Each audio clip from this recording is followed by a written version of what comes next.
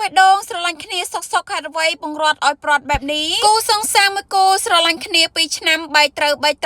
ចុងក្រោយខាងប្រុសបែកជាសម្រេចចិត្តទៅចោលក្នុងស្ថានភាពបែបនេះខាងស្រីបានត្រឹមចេញមកបង្ហោះសារទាំងអួលដំកគូស្នេហ៍មួយគូបានតាក់ទងគ្នាអស់រយៈពេល2ឆ្នាំមកហើយដោយឆ្លងកាត់ព្យុះភ្លៀងនិងអនុស្សាវរីយ៍ល្អអាក្រក់ជាមួយគ្នាដោយឆ្លងកាត់ព្យុះភ្លៀងឆ្លុះបែកជាច្រើនដងមកហើយនៅតែមិនបែកគ្នាដោយសារតែការបែកបាក់គ្នាឡើយស្រាប់តែចុងក្រោយខាងប្រុសក៏បានសម្រេចចិត្តជួលទូកស្មាច់បានជិះទៅដល់កណ្ដាលទន្លេក៏បានលោតចូលទឹកនៅកណ្ដាលទន្លេក៏បានធ្វើឲ្យនារីជាសង្សារបានត្រឹមតែសោកស្ដាយយ៉ាងខ្លាំងចំពោះការចាក់ចេញរបស់បុរសជាសង្សារដោយគ្មានពាក្យលាសូម្បីតែមួយម៉ាករណីលោតទឹកសម្រាប់ខ្លួននេះបានកើតឡើងកាលវេលាម៉ោង9ព្រឹកនៅថ្ងៃទី7ខែសីហាឆ្នាំ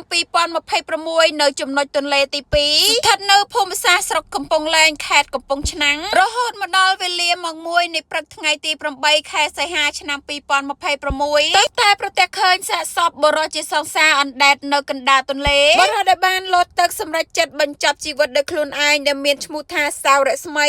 ជាអតីតកីឡាករបាល់ទាត់នៃក្លឹបបាល់ទាត់ធនាគារស្រូវខេត្តបាត់ដំបង